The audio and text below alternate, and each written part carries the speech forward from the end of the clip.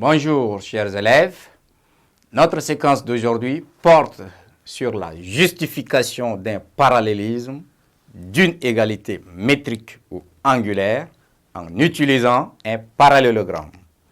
Chers élèves, comme dans la séquence précédente où nous avons vu comment reconnaître un parallélogramme, où nous avons dit on reconnaît un parallélogramme par rapport à ses côtés qui sont 2 à 2 parallèles et par rapport aux diagonales qui sont aussi qui ont même mesure. Alors aujourd'hui, nous allons aborder cette séquence qui porte sur la justification d'un parallélisme d'une égalité métrique ou angulaire en utilisant le parallélogramme. Alors, ici, nous avons par exemple la droite AB qui serait parallèle à la droite DC, comme nous avons illustré dans la séquence passée. Si vous avez AB qui est parallèle à DC et la droite AD qui est aussi parallèle à la droite BC, alors, chers élèves, vous allez conclure que votre figure ou soit votre quadrilatère est un parallélogramme. Donc, du coup, vous avez, par exemple, là,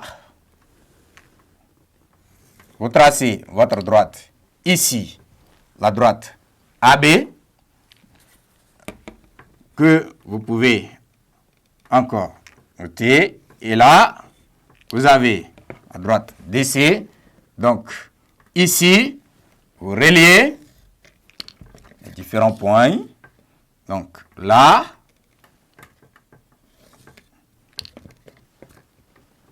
donc à ce niveau, vous avez votre parallélogramme, donc là c'est A, ici c'est B, là c'est C, et ici c'est 2.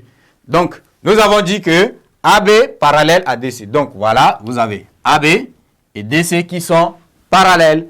Et ensuite, AD et BC aussi sont parallèles. Donc vous avez AD et BC aussi qui sont parallèles. Donc là, nous disons que dans un parallélogramme, les côtés opposés ont même longueur. Dans un parallélogramme, les côtés opposés ont même longueur. Voilà, vous avez le côté AB qui est égal au côté DC, de même que côté AD va aussi être égal au côté BC. Donc là, nous avons justifié par rapport à l'égalité métrique, c'est-à-dire nous avons parlé de la distance. Donc ici, vous voyez que AB serait même distance que DC. De même que AD aussi a même distance que BC. Donc, à partir de là, nous avons justifié l'égalité métrique. Alors, ici, comment justifier l'égalité angulaire d'un parallélogramme? Donc, nous disons que dans un parallélogramme, les angles des sommets opposés ont même mesure. Chers élèves, voilà, nous avons ici, par exemple, l'angle opposé par le sommet A, l'angle opposé par le sommet C, et ensuite l'angle opposé par le sommet D, et l'angle opposé par le sommet B. Donc, ici, nous avons dit que dans un parallélogramme, les angles opposés par les sommets ont même mesure. Donc, l'angle au sommet A va être égal à l'angle au sommet C. Donc, nous écrivons la mesure de l'angle A va être égale à la mesure de l'angle C. Parce que les sommets A et C sont opposés. De même que la mesure de l'angle opposé par le sommet D va être égale à la mesure de l'angle opposé par le sommet B.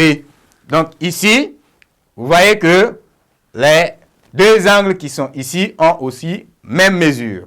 Donc là, c'est la justification d'une égalité angulaire, c'est-à-dire on parle de la notion des angles. Donc ici, chers élèves, il faut bien retenir que dans un parallélogramme, les deux côtés opposés sont parallèles de même mesure et les angles opposés par les sommets ont aussi même mesure.